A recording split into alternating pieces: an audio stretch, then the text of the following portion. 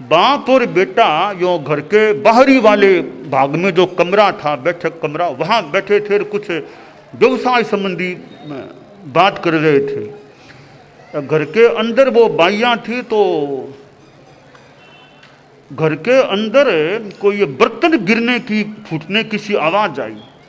तो पिता ने कहा, रे देखो बेटा, बर्तन किसके हाथ से गिर गया, क्या कौन सा बर्तन गिर गया, देखो ध्यान दो, किसके हाथ से गिरा है बर्तन। लड़का वहाँ एक बैठा लक्षण भर और कहा, पिताजी बर्तन तो मेरी माँ के हाथ से ही गिरा है। सीधा उत्तर दिया, जाके देखो पहले किसके हाथ से गिरा है। सीधा माँ का नाम ले लिया। बिननी भी तो घर में ही है, फिर माँ का नाम क्यों लिया, जाके देखो। बिननी मतलब लड़के की बहू बिननी। तो वो लड़का गया, देखा तो माँ वो कांच का भांड गिर गया था। कमा क्या हुआ कि बेटा वो भांड था वो मेरे हाथ से छूट गया और गिर गया। कमा कोई बात नहीं है, थोड़ा टुकड़ों को इकट्ठा कर लो, किसी के लग न जाए, कोई बात नहीं है। यूं निगाह करके आ गया, आके बोला, पिताजी वो भांड गिरा था और माँ के हाथ से गिरा था। अच्छा, अरे तुम्हें पता कैसे चला यहाँ बैठे बैठे कि माँ के हाथ से गिरा है? तुम्हें कोई अतीन्द्रिय ज्ञान है क्या? कि पिताजी अतीन्द्रिय ज्ञान तो खैर ये कई बातें थोड़े से सामान्य मतिश्रुत ज्ञान से भी कुछ अनुमान हो सकता है, नहीं तुम्हें कैसे पता चला? पिताजी मैं अपनी माँ के बारे में बोलूँ ठीक नहीं, माँ के बारे में क्यों बोलूँ? नहीं, बोलने की ऐसी जानकारी के लिए, तुम्हें पता चला कैसे, मैं जानना चाहता हूँ। कहा, पिताजी माँ की बात में, बेटा माँ के बारे में नहीं बोलना चाहता। कहे कोई आसातना नहीं, ऐसी जानकारी के लिए हम बात करते हैं कि क्या तरीका है ज्ञान करने का। कहा, पिताजी संकोच तो फिर भी आपका आदेश है तो बता रहा हूँ। देखिए पिताजी,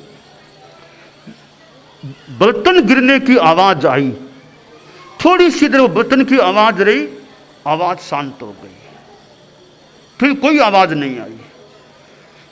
अगर आपकी बिननी यानी आपकी बिननी के हाथ से वो बर्तन गिर जाता ना, तो बर्तन की आवाज तो बंद हो जाती, फिर मेरी माँ का रेडियो फिर चलता रहता, वो बंद नहीं होता। माँ का रेडियो शुरू होता, वो चलता रहता चलता। तब मैंने देखा आज माँ का रेडियो नहीं बजा, इसका मतलब तो माँ के हाथ से ही गिरा है वो।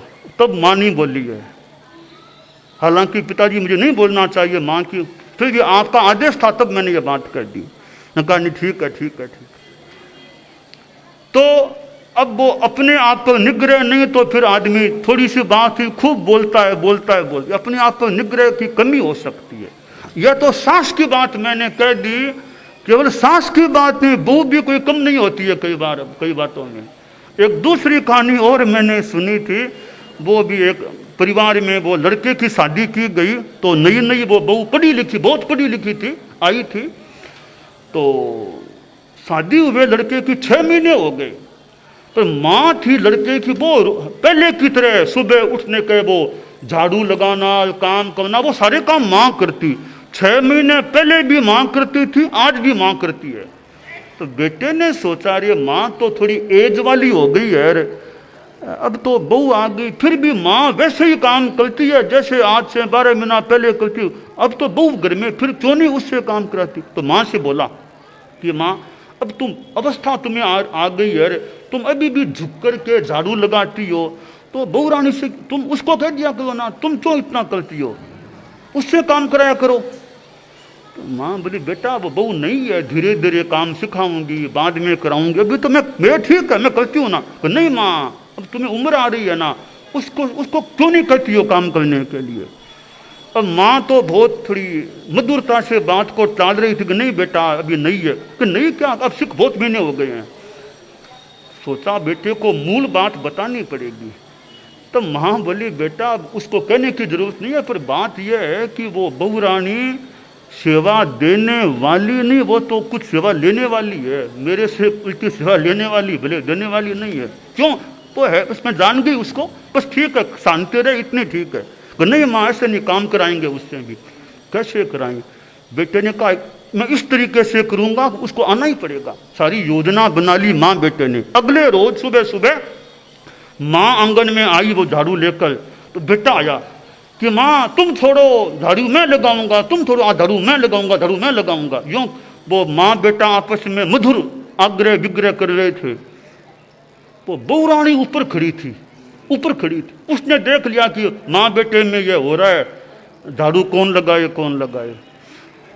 तो वो बहू रानी ऊपर से बोली, आपस में झगड़ा क्यों करते हो, बारी बांध लो, एक दिन माँ झाड़ू लगा दे, एक दिन बेटा झाड़ू लगा दे, बारी बांध लो, ऐसे झगड़ा क्यों करते हो, एक दिन माँ झाड़ू लगा ले, एक दिन बेटा झाड़ू लगाए, ऐसे बारी बांध लो। बेटे ने हाथ रखा सिर पर, ये काम सारा हो गया। ये तो मैंने तो सोचा था मैं हाथ में लूंगा, उसको शर्म आएगी तो अपने आप नीचे आके झाड़ू ले लेगी, काम करेगी। उसने उल्टी हमारी व्यवस्था और कर दी, तो दोनों ऐसे बारी बांध लो काम करने। तो अब ऐसी स्थितियां परिवार में आ जाएं, वहां निग्रह है तब तो शांति रहती है, वरना झगड़ा करबो करो झगड़ा आए दिन।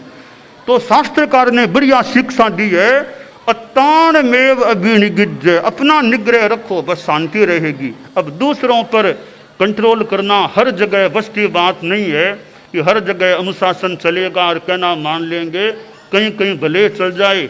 हर जगह अनुशासन चलना भी थोड़ा कई जगह मुश्किल हो सकता है।